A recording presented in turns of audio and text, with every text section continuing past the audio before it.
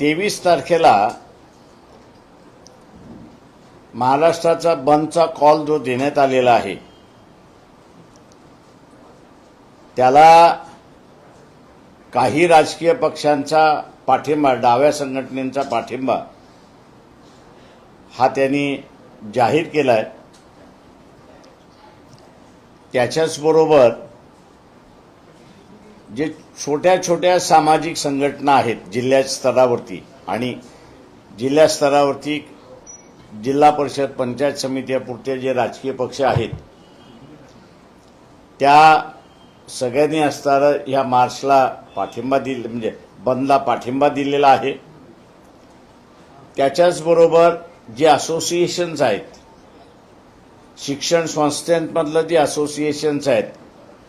Grant in aid आणि non grant in aid, या दोघांबरोबर आमचं असताना बोलणं झालं। सगळ्यात नाही पण त्याच्या काही जणांशी, तेही सक्रिय रीतीने भाग घेणार आहेत असं त्यांनी जाहीर करणार आहेत। कोचिंग क्लासेस जे आहेत त्या कोचिंग क्लासेसना सुद्धा आम्ही असताना अप्रोच झालेलो आहोत। त्याच्याच बरोबर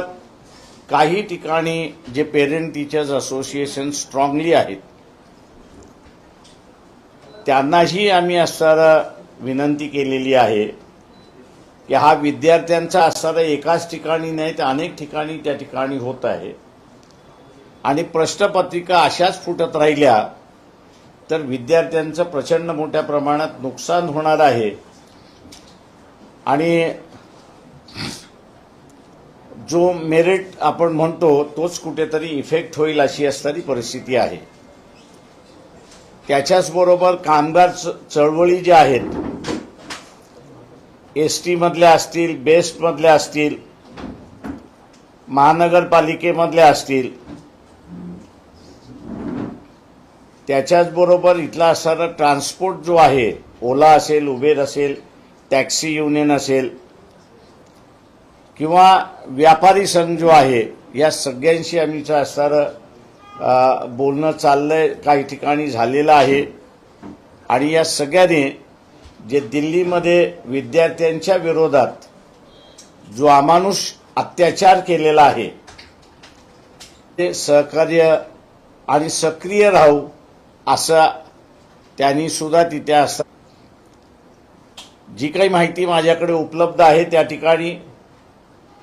टेरिटोरियल आर्मी जी आहे,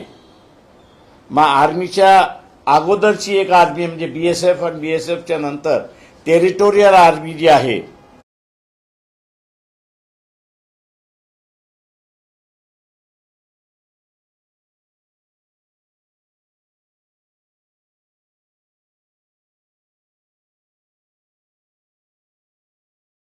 ठेवण्यात आलेली आहे।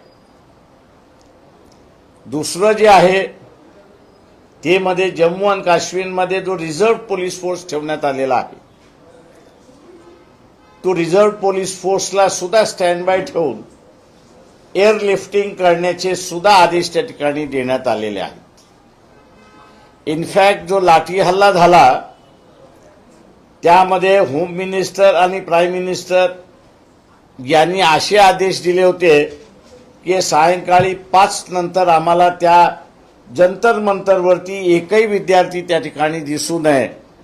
अशा रीतीचे असणारे आदेश होते आणि त्या आदेशाला धरून असणारा अमानुष अत्याचार त्या विद्यार्थ्यांवरती करण्यात आलेला आहे।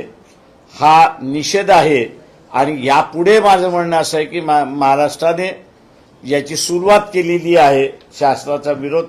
करण्याचं। या